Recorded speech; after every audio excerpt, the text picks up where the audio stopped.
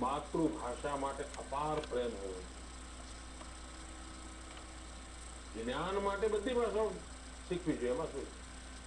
મને તો હિન્દુસ્તાનની બધી ભાષાઓ, બંગાળી આવડે, તમિલ આવડે, પંજાબી આવડે તો મજા આવે, મલયાલમ આવડે તો મજા આવે, તેલુગુ આવડે તો મજા આવે, મરાઠી આવડે તો મજા આવે. તો ભાષા શીખવાનો શોખ ના હોવો જોઈએ, પણ માતૃભાષા તમારી અભિવ્યક્તિનું મોટા મોટું માધ્યમ છે. અને દુનિયાના બધા જ વૈજ્ઞાનિકોએ કહ્યું છે કે બાળકનું શિક્ષણ એની માતૃભાષામાં ઉત્તમમાં ઉત્તમ. બાકી તો એને મનથી બધું ટ્રાન્સલેટ કર્યા કરવું પડે. તમારા ભાવની અભિવ્યક્તિ પણ તમારા માતૃભાષામાં ખૂબ સહજ હોય. દાખલા તરીકે ભાષાનું કેવું મહત્વ છે.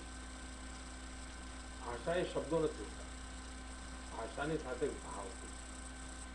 માનો કે આપણને કોઈ કે રાધિકા તુને બહુસરી ચુરાઈ, રાધિકા તુને બહુસરી ચુરાઈ એમ કે એટલે આપણને સહજ ખબર પડે કે આ શું કહેવા માંગે, એમાં કેવો પ્રેમની વાત છે સમજ પડે.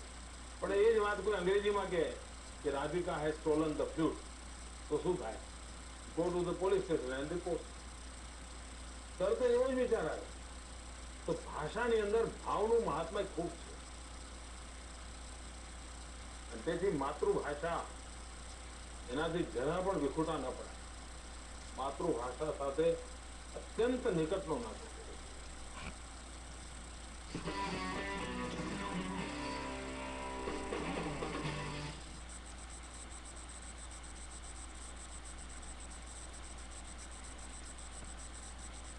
ખાસ કરીને આ કીટ શીખી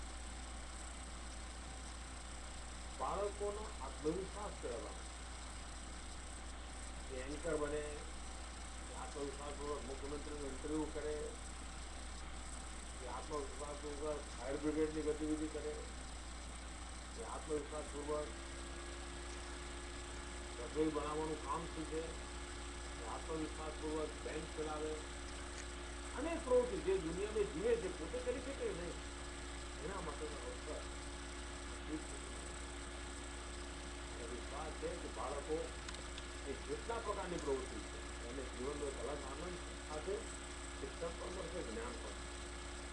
નાના નાના ભૂલકાઓને જીવનમાં કંઈક ને કંઈક કરવાની મહેચ્છા હોય, જીવનમાં પ્રગતિ કરવાની મહેચ્છા હોય, સાથે સાથે સમગ્ર સમાજમાં આપણા પર રૂપ એ જો ભાવ રહે, આપણે બહુ જ જીવનની અંદર સમાજ જોડે હળીમળીને જીવવાની.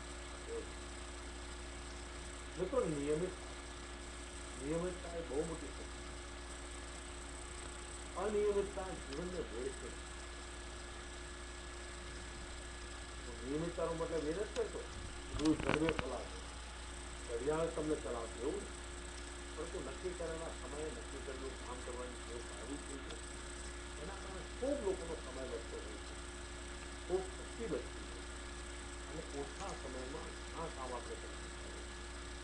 નિયમિતતા પણ જીવન ઘડતરની અંદર ખૂબ મોટો પરિબળ બનતું હોય છે. મને વિશ્વાસ છે મિત્રો કે તમે બધા પણ નિયમિતતાની બાબતમાં ક્યારેય કોમ્પ્રોમાઇઝ નહીં કરો, ક્યારેય